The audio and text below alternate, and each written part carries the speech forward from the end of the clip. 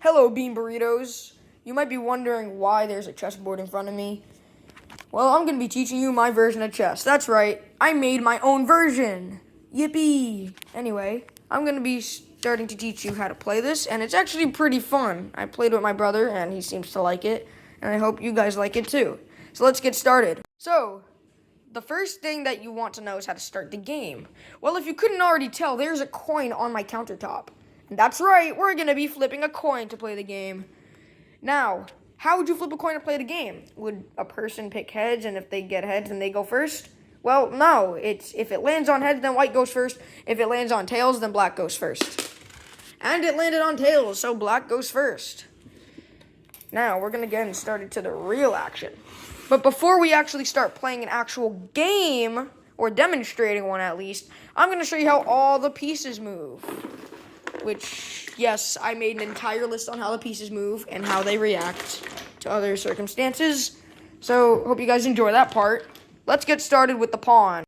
Now, the pawn is probably the simplest one because, well, the starting move of the pawn is always first, no matter what. You can do the normal move, 1 space or 2 space. But after that, they move like a bishop. So, whatever colored square they land on after their first move is what they're going to stick with for the rest of the game. Basically, they can move like a bishop, but they can only move 2 spaces in any direction of the bishop.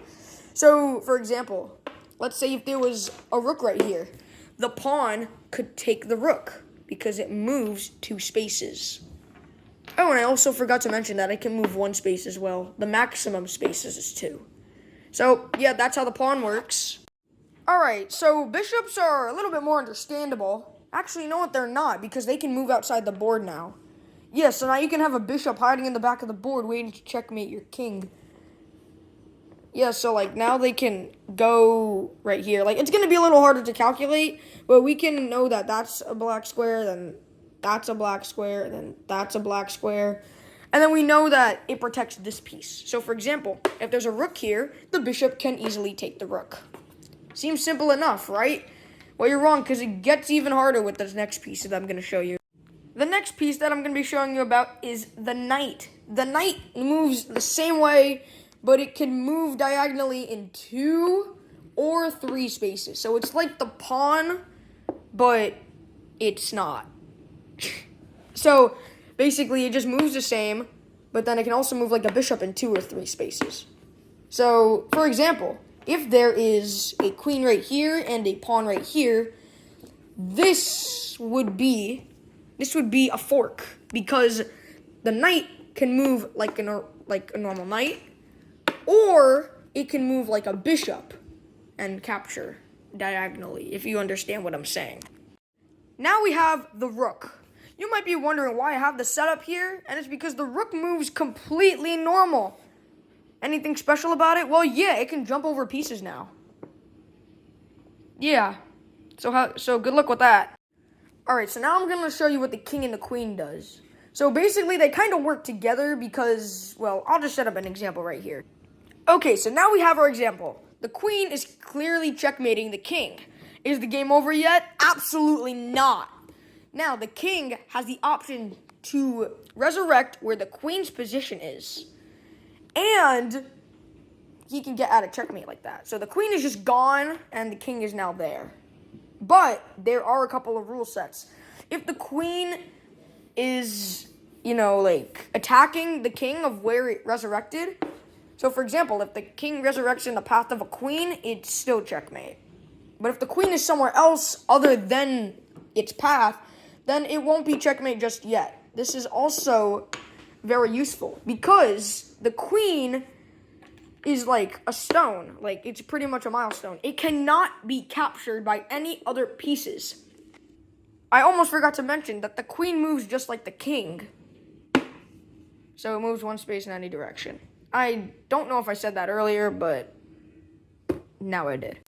Okay, so the king is normal. So other than the queen being like a milestone where the king can resurrect, the king has the option to switch pieces with any piece on the board. And I meant to say places. I don't know why I said pieces. But for example, So if the king wants to get out of checkmate here, where do you think the king would switch to? If you said either pawns, you would be correct because you could switch with any piece on the board, which means you could switch kings. Now the king can't move, but there are some limitations. The king cannot switch with the queen. That means if the king were to take the queen's place, then the queen would be gone. So it cannot switch. So it's balanced a little bit. That's why I wanted to make it fair enough. And that is all for my version of chess. Now, I said that I would do a representation of a game because I don't have anyone to play the game of chess with me right now. Maybe I'll do it in a future video if you guys want to see that. So, make sure to hit the like button.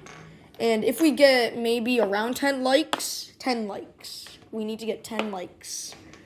Then I will do an actual game with someone with this version of chess and see how that goes. Probably my brother or maybe my family or someone, but it'll be cool and all. And thank you guys for watching my video, and I hope you guys have fun. And here is the rules if you want to read it. Again, you can pause the video and take a screenshot or whatever.